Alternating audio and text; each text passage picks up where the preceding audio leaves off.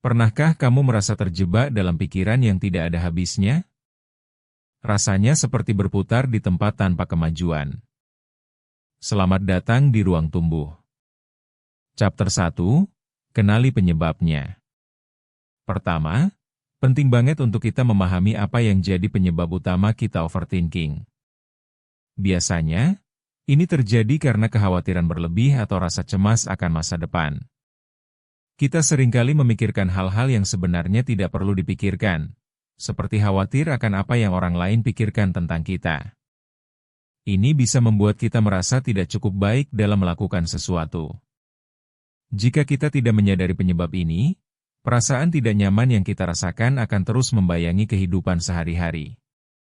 Bertanya pada diri sendiri, apa yang sebenarnya saya pikirkan, bisa jadi langkah awal untuk menyadari pola pikiran ini. Dengan mengenali penyebabnya, kita bisa lebih mudah mengatasi overthinking dan mencari solusi yang lebih tepat.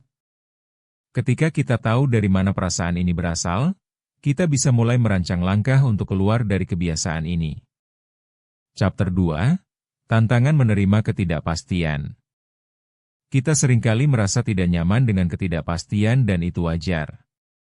Namun, belajar menerima ketidakpastian adalah kunci untuk mengurangi overthinking.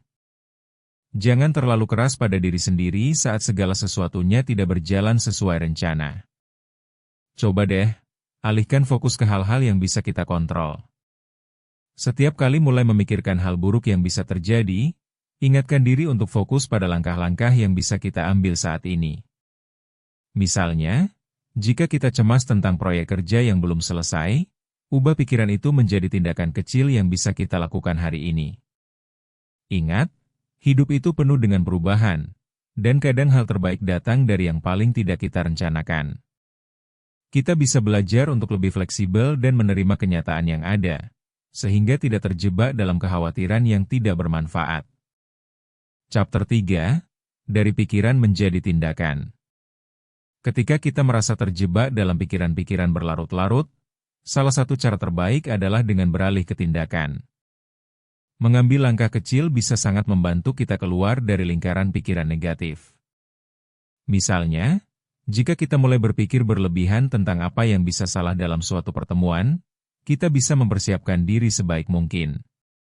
Bukan berarti kita harus sempurna, tetapi melakukan sedikit persiapan dapat memberikan rasa percaya diri. Coba catat hal-hal yang perlu kita siapkan, dan fokus pada langkah ini daripada membiarkan otak kita terus berkeliaran dalam what if yang tidak ada habisnya. Dengan menyibukkan diri dengan hal yang produktif, kita tidak hanya mengalihkan perhatian dari pikiran negatif tetapi juga dapat meraih hasil yang lebih baik dalam aktivitas kita.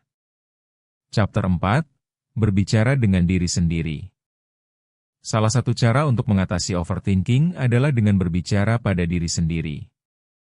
Suarakan apa yang kamu rasakan dan pikirkan, baik secara lisan atau dalam bentuk tulisan.